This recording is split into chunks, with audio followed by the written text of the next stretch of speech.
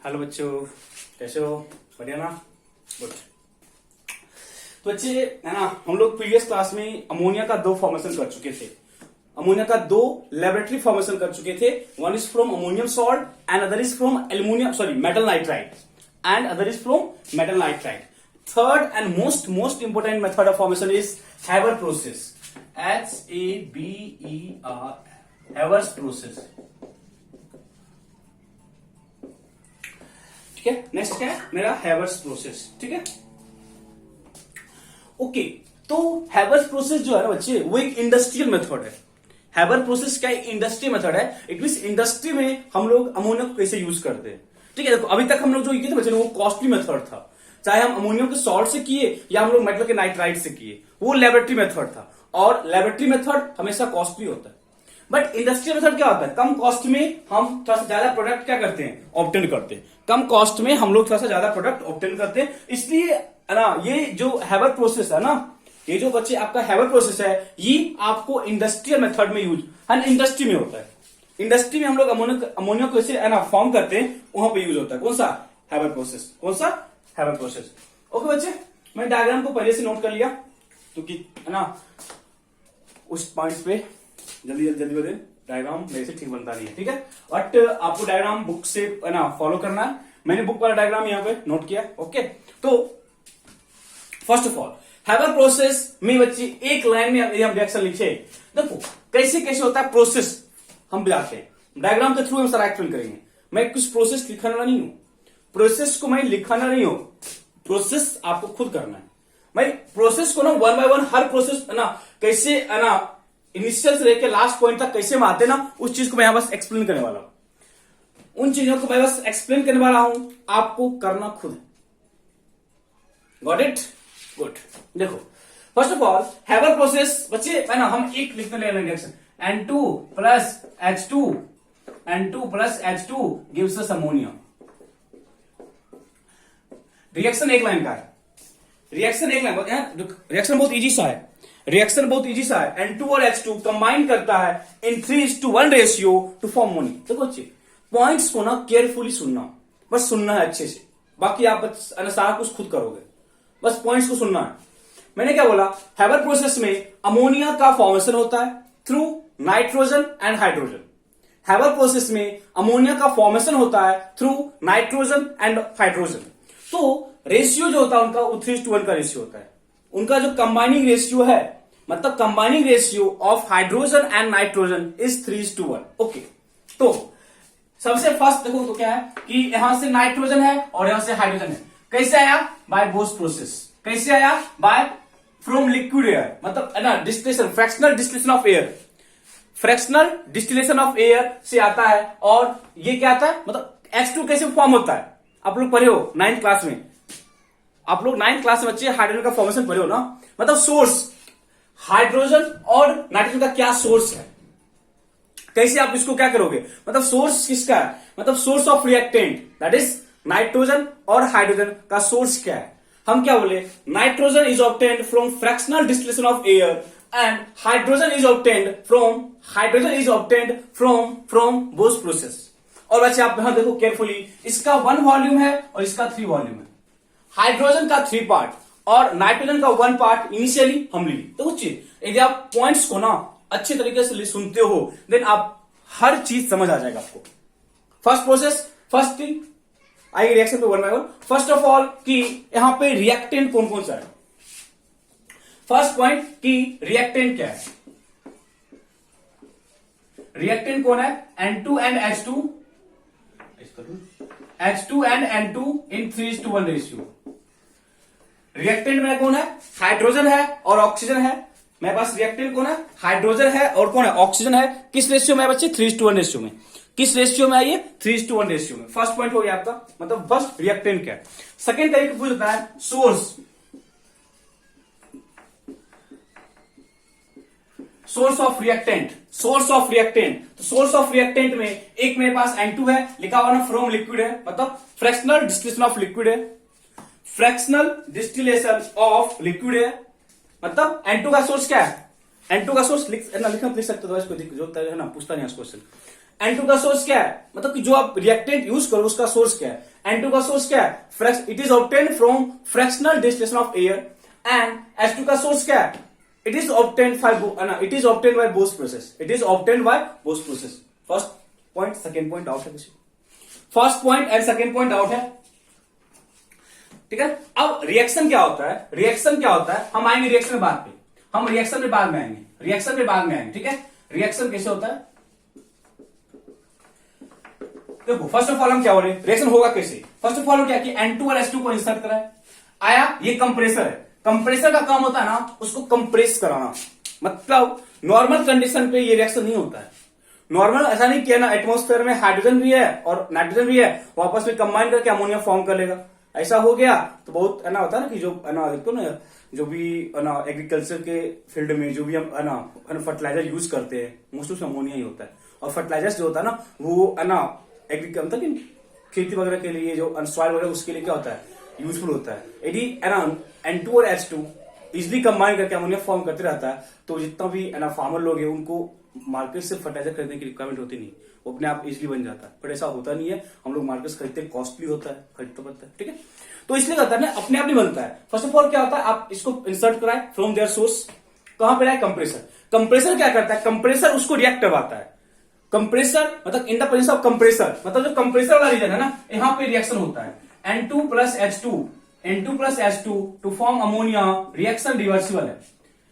जब कंप्रेसर वाले में मतलब जब कंप्रेसर रीजन में ना, जब कंप्रेसर रीजन में N2 और H2 आ गया तो कंबाइन करके अमोनिया फॉर्म कर लिया। देखो हम प्रोसेस को ही एक्सप्लेन कर रहे हैं बच्चे, प्रोसेस को ही हम वन बाय वन एक्सप्लेन कर रहे हैं। फर्स्ट ऑफ ऑल हम N2 और H2 को लिए from their source, they are pass through in the ratio of 3:1, जो भी है 1:3, जैसे आप लिखते हो उसके अकॉर्डिंग चलना, ठीक है।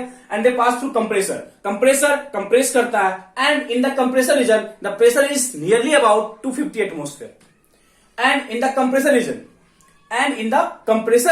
the pressure is about 250 atmosphere, the pressure is about 250 atmosphere। Compressor में आ गया तो मेरे को अमोनिया फॉर्म हो गया, ठीक है। आफ्टर कंप्रेसर रीजन हम लोग इस वाले चेंबर में आ जाते हैं, हम लोग इस वाले चेंबर में आ गए, ये चेंबर मोस्ट इंपोर्टेंट है, this is called catalytic chamber, this is called catalytic chamber. वैसे कैटालाइटिक चेंबर मतलब कैटलिस्ट चेंबर, कैटलिस्ट चेंबर का क्या काम होता है, देखो अभी तक आपको एक फर्स्ट पॉइंट है कि प्रेशर, कहीं पूछता है कि हैबर प्रोसेस में प्रेशर, कंप्रेसर में जो प्रेशर होता है बच्चे 250 एटमोस्फेयर के अप्रोक्स होता है। प्रेशर कितना होता है, 250 एटमोस्फेयर के अप्रोक्स होता है। प्रेशर क्या होता है, 250 एटमोस्फेयर के है ना नियर बाय होता है। After compressor region we move, या जो है ना यहां से जो अमोनिया गैस बना, मतलब यहां पे अमोनिया गैस बन चुका है, अमोनिया गैस बना वो फिर से कहां पे आ गया, कैटलिटिक चैम्बर में। जब बच्चा है कैटलिटिक चैम्बर मतलब यहां पे कैटलिस्ट है, यहां पे क्या कैटलिस्ट है, और कैटलिस्ट कौन होता है, फाइनली डिवाइडेड आयरन, मतलब आयरन को स्मॉल स्मॉल पीस में क्या किया, ब्रेक कर दिया। ऐसा इसलिए करते हैं कि यदि आप आयरन लेते हो और आयरन का है ना बोलता है ना, आयरन को अच्छे तरीके से क्या करो, ब्रेक कर दो, वो लेते हो। जब हम आयरन को ब्रेक करके लेते हैं ना बच्चे, तो उस केस में जो आयरन का सरफेस एरिया है ना वो बहुत ज्यादा होता है।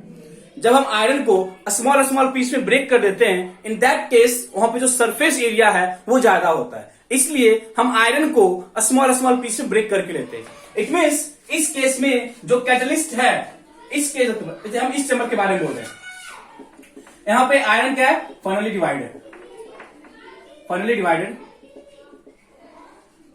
Divided into a small piece. Iron क्या बच्चे, finely divided into a small piece, मतलब यहां पे जो कैटलिस्ट है ना, कैटलिस्ट यहां पे क्या आयरन है, बट यहां पे ना हम बच्चे हम प्रोमोटर यूज करते हैं। प्रोमोटर क्या होता है, मॉलिब्डेनम और Al2O3। यहां पे क्या बोले बच्चे, प्रोमोटर क्या होता है, प्रोमोटर क्या है, मॉलिब्डेनम है या एल्युमिनियम ऑक्साइड है, एल्युमिनियम ऑक्साइड या ना मॉलिब्डेनम, एल्युमिनियम ऑक्साइड या मॉलिब्डेनम यहां पे प्रोमोटर है। देखो ये बच्चे कैटलिस्ट है, आयरन क्या है, कैटलिस्ट है, बट मॉलिब्डेनम और aluminium oxide act as a promoter. Promoter का बच्चे ये काम होता है ना, प्रमोटर रिएक्शन में जो कैटलिस्ट है उसके इफिशियंसी को इंक्रीज कराता है। प्रमोटर रिएक्शन में जो कैटलिस्ट है उसके इफिशियंसी को क्या करता है, इंक्रीज कराता है। ओके, क्या करता है, उसके इफिशियंसी को क्या कराता है, इंक्रीज कराता है। ओके बच्चे, तो यार आपका ये चेंबर समझ, ये चेंबर क्या करता है ना, देखो ये चेंबर क्या करता है ना, इसके है ना मतलब जो रेट ऑफ रिएक्शन है ना, जो रेट ऑफ रिएक्शन है उसको इंक्रीज करता है। देखो यहाँ पे अमोनिया कुछ थोड़ा बहुत फॉर्म हुआ होगा, थोड़ा बहुत फॉर्म होगा अमोनिया, मतलब जब ना कंप्रेसर चेंबर था ना वहां पे लिटिल बिट अमोनिया फॉर्म हुआ होगा। अभी भी N2 और H2 अनरिएक्टेड फॉर्म में ही होगा। जब वो कैटलिस्ट चेंबर में आता ना तो कैटलिस्ट रेट ऑफ रिएक्शन को इंक्रीज कराता है, ठीक है, रेट ऑफ रिएक्शन को क्या इंक्रीज करता है, मतलब मोर नंबर ऑफ अमोनिया मेरे को फॉर्म हो रहा होगा। तो कैटलिस्ट क्या है, अमोनिया, सॉरी कैटलिस्ट क्या, यहाँ पे आयरन है, आयरन का स्मॉल स्मॉल पीस किया हुआ है, ठीक है। और प्रमोटर क्या है बच्चे, हर क्वेश्चन है यहाँ पे, मैं सेपरेटली आप भी लिखाऊंगा, जो पॉइंट्स बोल रहा हूं उसको अच्छे से केयरफुली सुनो और अपने लैंग्वेज में नोट करते जाओ, ठीक है। मोलिब्डेनम प्रमोटर था या Al2O3 प्रमोटर था, वो रिएक्शन के रेट, सॉरी वो जो प्रमोटर होता है ना वो कैटलिस्ट के इफिशियंसी को इंक्रीज कराता है। प्रमोटर क्या करता है, कैटलिस्ट के इफिशियंसी को क्या करता है, इंक्रीज कराता है। और आपको देखो प्रेशर भी आप लिख दिया है, और टेम्परेचर क्या है 500 डिग्री सेल्सियस, मतलब टेम्परेचर बोलेगा 500 डिग्री सेल्सियस एंड प्रेशर बोलेगा 250 एटमोस्फेयर। प्रेशर क्या बोलेंगे, 250 एटमोस्फेयर। इट मींस इस वाले रीजन में रिएक्शन बहुत एक्सटेंट तक आगे बढ़ चुका होगा, इस वाले चेंबर में रिएक्शन बहुत ज्यादा एक्सटेंट तक आगे प्रोसीड कर गया होगा एंड यहां से अब आपका अमोनिया आ रहा है, इस वाले पॉइंट से अब आपका अमोनिया आ रहा है। अब देखो बच्चे क्या है ना कि अभी भी ना बोलता क्या ना, इस पॉइंट तक देखो ये जो डायग्राम है ना, यहां भी ना ओनली मेरे पास 15% अमोनिया होता है, मतलब जब है ना हम कैटलिस्ट वाले चेंबर से ही पास करा दिए, जब हम उसको कैटलिस्ट वाले चेंबर से ही पास करा दिए ना, क्या किए, कैटलिस्ट वाले चेंबर से ही पास करा दिए, तब भी मेरे पास जो अमोनिया फॉर्म हुआ है वो अभी भी ओनली 15% है। ओनली क्या है, 15%, ओनली 15%। इट मीन्स हम ये बोल सकते ना अभी भी मोस्ट ऑफ द नाइट्रोजन और हाइड्रोजन अनरिएक्टेड फॉर्म में होगा।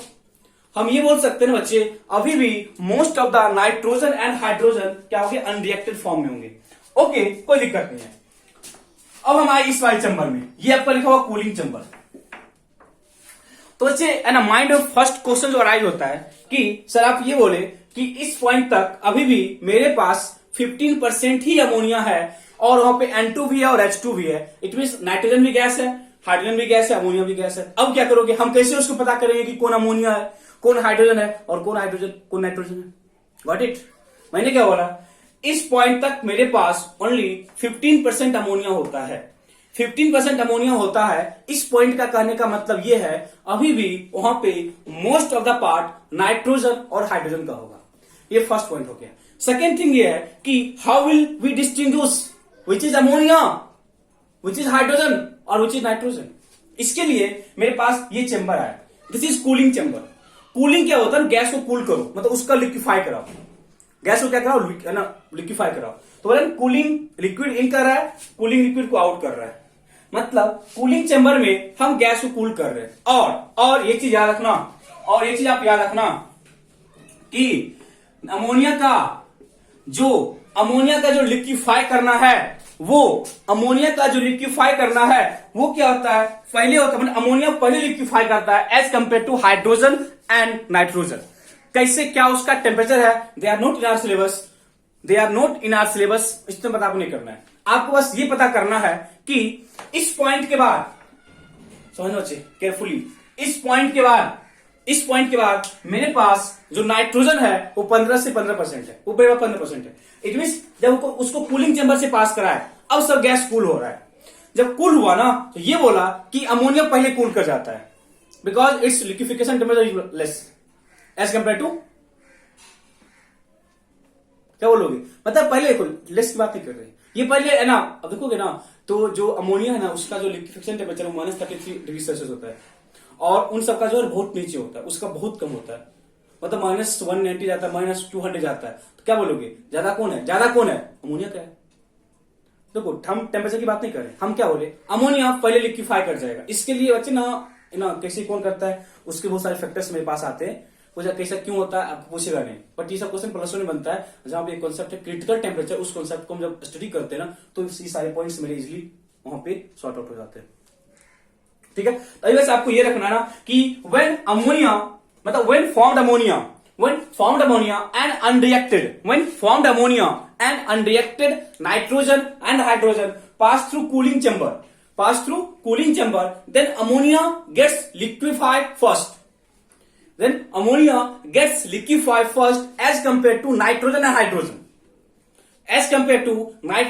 hydrogen. Therefore मेरे को इस वाले यहां से लिक्विड अमोनिया मिल जाता है। देखो यहां पे क्या होगा, मेरे को लिक्विड अमोनिया मिल जाएगा। मतलब हम जब बोले कि लिक्विड अमोनिया, मतलब अमोनिया क्या था, पहले लिक्विफाई होता है। अमोनिया क्या होता है, पहले लिक्विफाई हो जाता है।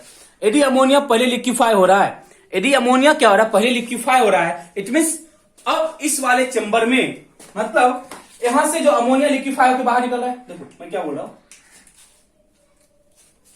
यहां से मैं क्या बोला, अमोनिया लिक्विफाई होकर बाहर निकल रहा है। इट मीन्स अब यहां से क्या होगा, N2 वाला पार्ट बाहर जाएगा। फिर से देखो तो, मतलब जो भी अनरिएक्टेड पार्ट था, मतलब N2 और H2 फिर से बाहर जाएगा, फिर से अमोनिया बनेगा, फिर से आएगा। इस हो जाएगा। देखो मैं क्या बोल रहा हूं, मैंने क्या बोला, जब इस वाले चैम्बर से हम नीचे आए कूलिंग चैम्बर में अमोनिया को क्या हो गया, कूलिंग हुआ। अमोनिया कूलिंग हुआ तो अमोनिया लिक्विड अमोनिया में क्या कन्वर्ट हो गया। अमोनिया क्या किया, लिक्विड अमोनिया में क्या हो, कन्वर्ट हो गया। बट N2 और H2 स्टिल रिमेन सेम, मतलब वो भी गैसेस फॉर्म में। इट मीन्स वो क्या होगा, फिर से ऊपर आएगा। देखो फिर से हम क्या लगा दिए, कंप्रेसर लगा दिए, फिर से लगा दिए कंप्रेसर। इट मीन्स जो अनरिएक्टेड नाइट्रोजन और हाइड्रोजन था, वो इस वाले चेंबर के थ्रू आया कंप्रेसर में, अमोनिया फॉर्म हुआ होगा, उसको कंप्रेस किया होगा, फिर से कहां पे आ गया, कैटलिस्ट से। मतलब ये डायग्राम फिर से यहां पे आ गया, यहाँ पे हम मेन सोर्स से लाए थे। यहाँ पे क्या बोले, जो मेन सोर्स से आया था, जो रिएक्ट करके अमोनिया फॉर्म कर दिया, वो सही है। जो नहीं फॉर्म किया उसको फिर से यहां से लेके आओ, फिर से कहां से पास करो, कैटलिस्ट चेंबर से, फिर से अमोनिया फॉर्म होगा। इट मीन्स ये प्रोसेस चलता रहता है जब तक कि मेरे को मैक्सिमम अमाउंट ऑफ अमोनिया नहीं मिल जाता है। मतलब जो यील्ड होता है ना, वो 90% होता है, 98% होता है। जो यील्ड होता है वो 98% होता है। जो यील्ड होता है वो 98% यील्ड होता है। मतलब इनिशियली क्या था मेरे पास 15%, इनिशियली मेरे पास क्या था 15%, बट मैक्सिमम जो यील्ड था वो 98% है। और जो मैक्सिमम यील्ड है वो एक स्टेप पे नहीं आता है, वो प्रोसेस इंडस्ट्रियल है। इट मीन्स वो प्रोसेस चलता रहता है। प्रोसेस क्या होता है, चलता रहता है। आए समझ कैसे। तो प्रोसेस को मैंने एक्सप्लेन कर दिया, लिखाने की जो जरूरत नहीं है। यदि आप एक बार बुक से गो थ्रू हो जाते हो तो मैंने जो पॉइंट्स बोला, यदि आप देखो स्मॉल ना तुम ना अपना हिंट लिखते रहो। जब मैं कुछ एक्सप्लेन कर रहा हूं ना इस कंप्लीट चैप्टर में, चाहे अमोनिया की बात करें, हम नाइट्रिक एसिड की बात करें और सल्फ्यूरिक एसिड की बात करें, वो सारे पॉइंट्स लिखना पॉसिबल नहीं होता है। बट जो पॉइंट्स बोलते हैं ना, उसको अपनी लैंग्वेज में एक शॉर्ट नोट की तरह लिखते जाओ। फिर जब आप नोट अपने बुक्स से गो थ्रू हो जाओगे, तो मैंने आपको पहले बोल दिया कि नोट बनाना इंपॉर्टेंट है। जब अपना नोट बनाओगे ना, उसमें उन चीजों को ऐड करना देखने बहुत इफेक्टिव है। ये बहुत अच्छा इफेक्टिव है कि जो पॉइंट्स मैंने बोला आप एक बार बुक से गो थ्रू जाओ, फिर नोट तैयार करो, बहुत अच्छा नोट बनेगा, श्योर है। देखो मैं जल्दी से आता हूं फिर से। First of all have a process, ये रिएक्शन है, 3:1 का रेशियो है, 3 part hydrogen 1 part nitrogen. Insert किए फ्रॉम देयर सोर्स। सोर्स क्या था इसका, by fractional distillation of air. इसका सोर्स क्या था, बोस प्रोसेस। आया कंप्रेसर में 250 एटमॉस्फेयर प्रेशर हम पे मेंटेन करते हैं, हाई प्रेशर में वो रिएक्ट करता है। रिएक्ट किया तो अमोनिया यहां से आया, बट इस पार्ट में most of the part unreacted है, तो हम कहां पे आए, कैटलिस्ट चैम्बर में। कैटलिस्ट क्या करता है, रेट को इंक्रीज कराता है। कैटलिस्ट कौन यूज करते हैं, आयरन का पीस, स्मॉल पीस। वहां पे प्रमोटर कौन है, Al2O3 और मोलिब्डेनम। प्रमोटर क्या करता है, ये कैटलिस्ट के एफिशिएंसी को इंक्रीज करता है। तो हम इस वाले पार्ट में आ गए। इट मींस इस वाले पार्ट में टेम्परेचर आपका 500 डिग्री सेल्सियस मेंटेन होना चाहिए और प्रेशर 258 एटमॉस्फेयर मेंटेन होना चाहिए। इसके बाद हम लोग कहां पे आ गए, अमोनिया फॉर्म हुआ। बट हम क्या बोले, इस पॉइंट तक मेरे पास 15% ही अमोनिया होता है। इट मींस अभी भी मेरे पास जितना एक्सटेंट हम चाहते हैं उतना एक्सटेंट मेरे को मिलता नहीं है। जितना एक्सटेंट मेरे को चाहिए उतना एक्सटेंट मेरे को मिलता नहीं है। इस करके हम फिर से क्या किए, अब हम क्या बोले, यहां तो मेरे पास 15% ही अमोनिया है। It means most of the part क्या अनरिएक्टेड है। इट मीन्स हम कैसे डिस्टिंग्विश करेंगे, तो मैंने क्या किया, इसको कूलिंग वाले चैम्बर से पास कराया। बच्चे हम इसको कूलिंग चैम्बर से पास कराए तो मैंने क्या ऑब्जर्व किया, मैंने ये ऑब्जर्व किया कि अमोनिया इजिली लिक्विफाई हो जाता है। यदि अमोनिया इजिली लिक्विफाई हुआ या अमोनिया जल्दी पहले लिक्विफाई हुआ, अमोनिया पहले लिक्विफाई होता है। इट मीन्स अमोनिया जब लिक्विफाई हुआ तो अमोनिया को हम बाहर निकालिए in the form of liquid ammonia, in the form of liquid ammonia. और जो अनरिएक्टेड गैस था बच्चे, वो फिर से ऊपर गया, pass through compressor chamber and then again move into the catalyst chamber. It means this process continue till we get maximum yield of ammonia which is 98%. Till we get maximum yield of ammonia which is 98%. बच्चे तो ये इसका process था, ये इसका क्या था, process था। आई थिंक हम लोगों को इस कंप्लीट प्रोसेस में किसी भी पॉइंट में कोई डाउट नहीं है। यदि देखो हम 1 by 1 तो लिखेंगे नहीं, मैं आपको पहले बोल चुका 1 by 1 में लिखने वाला नहीं हूं। आपको डाउट है तो आप पूछ सकते हो कि कहीं पे कोई डाउट है तो पूछो। रिएक्शन एक लाइन का, हम रिएक्शन फिर से आ रहे हैं। Okay, got it.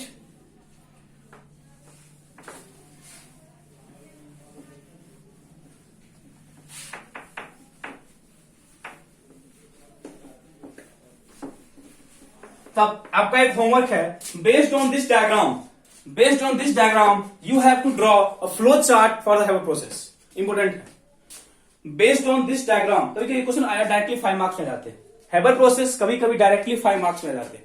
Based on this diagram you have to draw a flow chart. तो सिंपल सा है, फ्लो चार्ट में N2S2 को लेकर ना, फर्स्ट का था कंप्रेसर से पास कराए, देन कहां से आए हम कैटालिटिक चैम्बर में आए, फिर क्या आए हम उसको क्या कहें कूलिंग चैम्बर में, कूलिंग चैम्बर से अमोनिया पास कर दिए, जो गैस अनरिएक्टेड था उसको फिर से कहां लेके आ जाओ, कंप्रेसर में लेके आ जाओ। सिंपल सा डायग्राम, फ्लो चार्ट। मतलब फ्लो मतलब क्या होता है ना, फ्लो चार्ट का मतलब क्या है ना कि फ्लो चार्ट से आपको ना उस डायग्राम का एक एक्चुअल आइडिया आ जाएगा। फ्लो चार्ट से क्या होगा, आपको उस डायग्राम का एक्चुअल आइडिया आ जाएगा। तो रिएक्शंस मोस्ट इंपोर्टेंट है इसका, कहता है reaction N2 + 3H2 gives us ammonia. First of all आपको फ्लो डायग्राम आपको करना खुद से, फ्लो चार्ट आपको खुद से करना है। सिंपल सा है, यदि आपको वो डायग्राम समझ आया होगा तो मतलब फ्लो चार्ट इजीली ड्रॉ कर सकते हो। फ्लो चार्ट इंपोर्टेंट है बोर्ड के पॉइंट ऑफ व्यू से। ओके, तो रेशियो कितना है 1:3, रेशियो कितना है 1:3 and it is an exothermic reaction. It is an exothermic reaction. It is an exothermic reaction. ठीक है, It is an exothermic reaction. Okay.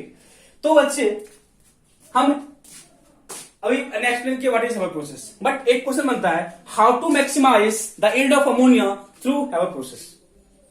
Question लिखो हाउ टू मैक्सिमाइज। तो फर्स्ट ऑफ ऑल यहाँ पे आंसर कंडीशन लिख लो।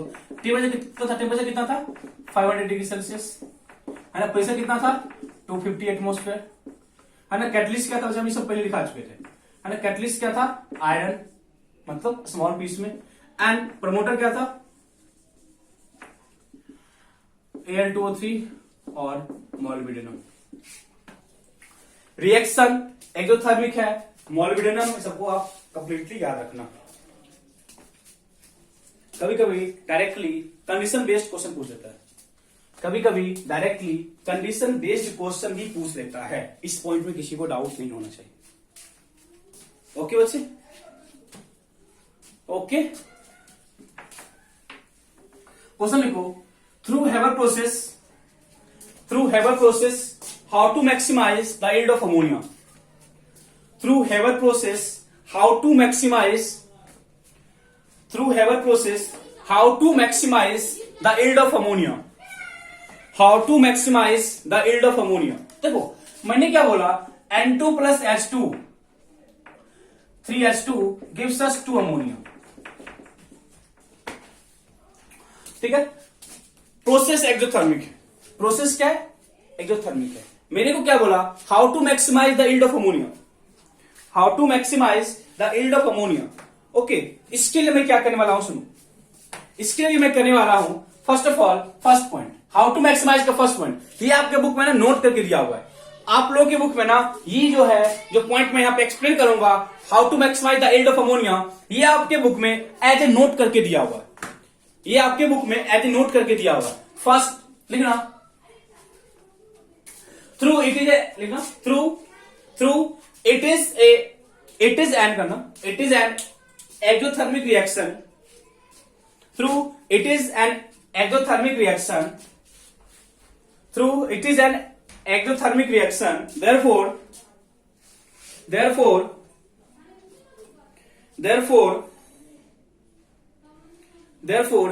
at low temperature therefore at low temperature therefore at low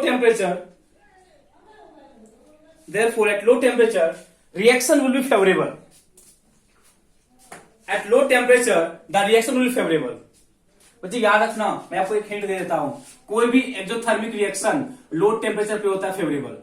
लो पे क्या होता है, लो टेम्परेचर पे क्या होता है फेवरेबल. एंड कोई भी एंडोथर्मिक रिएक्शन होता है हाई टेम्परेचर फेवरेबल. इस चीज को समझने के लिए आपको था अभी आइडिया नहीं आएगा. इन चीजों को समझने के लिए हम लोग को एक कॉन्सेप्ट ली चैटेरियल प्रिंसिपल, जो कि हम लोग केमिकल इक्विलिब्रियम में करते हैं +1 में, वहां समझना होता है. अभी हम लोग को उतना समझना नहीं है, तो अभी आप सिंपल इस चीज को माइंड रख लो. Exothermic reaction is favourable at low temperature and endothermic reaction is favourable at high temperature. तो मेरे को यहाँ पे रिएक्शन एक्सोथर्मिक है, अमोनिया का फॉर्मेशन एक्सोथर्मिक है. Therefore we can say that the reaction is favourable, the formation of ammonia is favorable at low temperature and the optimum temperature is 500 degree Celsius, जो कि मैं आपको बहुत पहले बहुत बार रिपीट कर चुका हूं. ठीक है, रिएक्शन एक्सोथर्मिक है, therefore it will be favorable at low temperature and the optimum temperature that we have to maintain is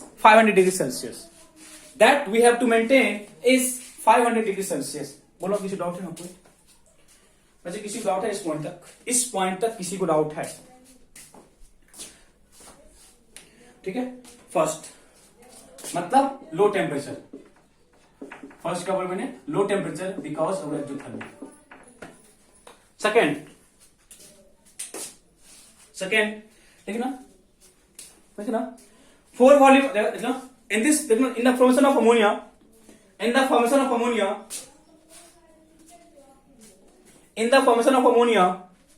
four volume of reactant in the formation of ammonia, 4 volume of reactant, 4 FOUR, 4 volume of reactant produce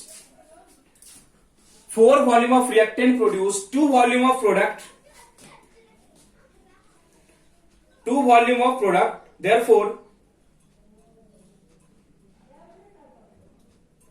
therefore high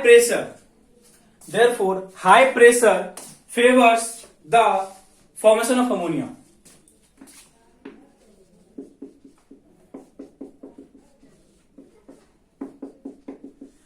Therefore high pressure favors the reaction.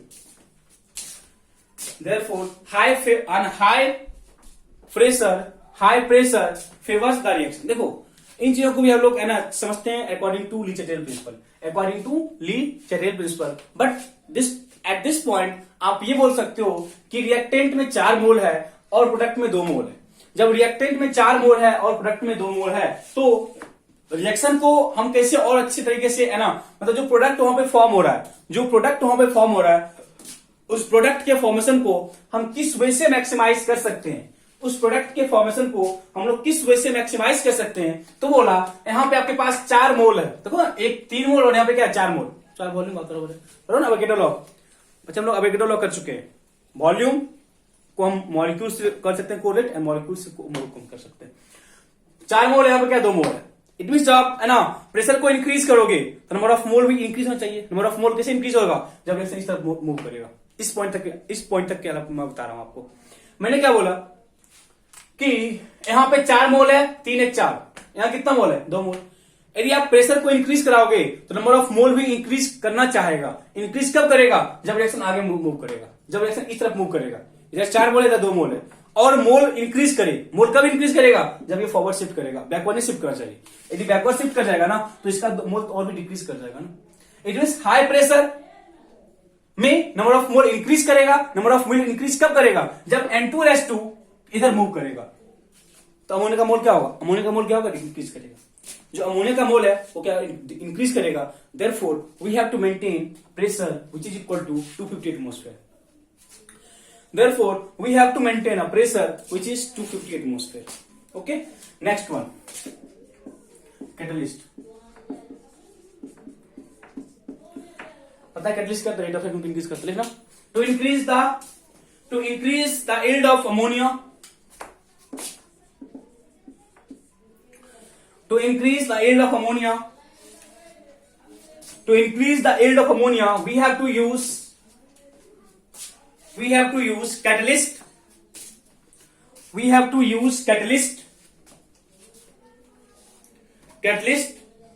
Which is finally divided iron, which is finally divided iron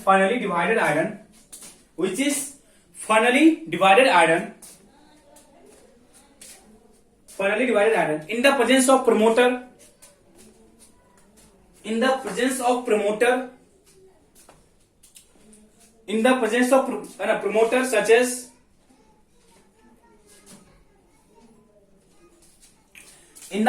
promoter such as molybdenum or Al2O3. In the presence of promoter such as molybdenum or Al2O3. In the presence of promoter such as molybdenum or Al2O3. In the presence of promoter such as molybdenum or Al2O3, which increases the efficiency of promoter. Which increases the efficiency of promoter.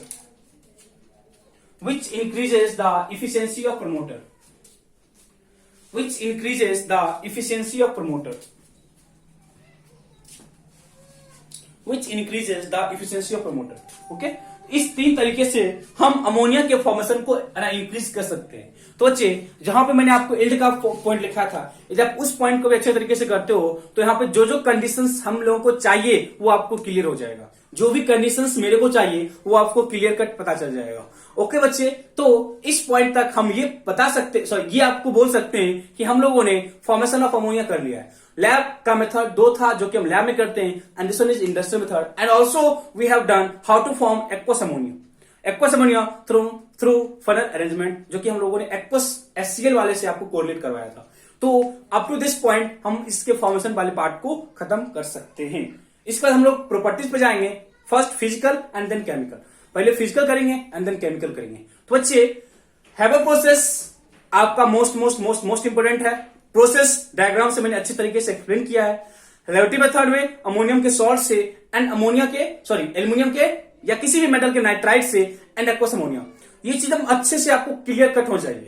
Next class में जब हम मिलेंगे तो हम physical property करेंगे, मतलब कि 2 class हम लोग को और लगेगा अमोनिया में। मैंने पहले से आपको बोल चुका है कि आपका नोट डिसाइड करेगा ये जो स्टडी ऑफ कंपाउंड है वो आपको किस एक्सटेंट तक आता है। यदि आपका नोट प्रॉपर वे से तैयार है तो मेक श्योर आपको बच्चे कोई भी प्रॉब्लम नहीं होगा। ओके, मिलते हैं नेक्स्ट क्लास में नेक्स्ट कॉन्सेप्ट के साथ with physical property of ammonia. Okay, thank you, bye bye.